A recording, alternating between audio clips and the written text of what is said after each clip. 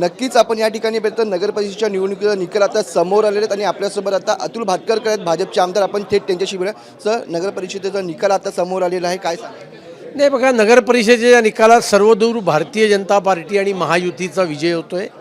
मला वाटतं की 15 जानेवारीला मुंबई महानगरपालिकेच्या निवडणुकीत काय होणार आहे त्याचं प्रतिबिंब आज उमटलेलं आहे आणि त्यामुळे नगर परिषद में भाजपा आई है, अभी मुंबई महानगरपालिका की फॉर्मॅलिटी बाकी है. सर, यामध्ये पण आता म्हणजे लोकसभा बघितली, विधानसभा बघितली, तसंच बिहारचं निवडणूक बघितलं, त्याच्यामध्ये भाजपा मोठा भाऊ राहिलेला आहे आणि यामध्ये पण देखील आपण भाजप बघितलं मोठा भाऊ राहिलेला आहे. नाही, भारतीय जनता पार्टी देशातला प्रमुख पक्ष आहे आणि त्यामुळे भारतीय जनता पार्टीच या ठिकाणी प्रमुख पक्ष आहे.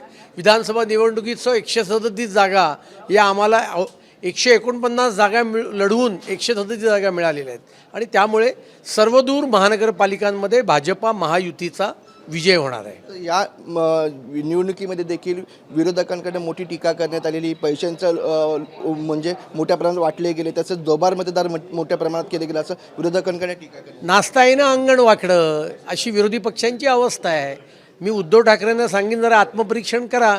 आपला पक्ष पाण्यामध्ये ढेकूळ जसं विरघळतं तसा विरघळत चाललेला आहे.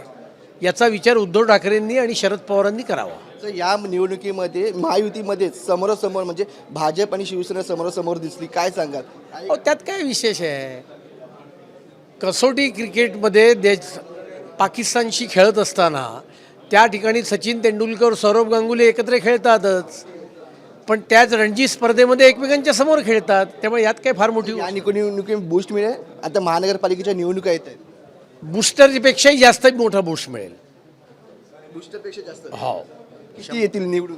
150पेक्षा जास्ती महानगरपालिकेमध्ये भाजपा शिवसेना महायुतीच्या जागा निवडून येतील. महापौर भाजपचं भारतीय जनता पार्टीचा महायुतीचा महापौर असेल आणि तो मराठी असेल.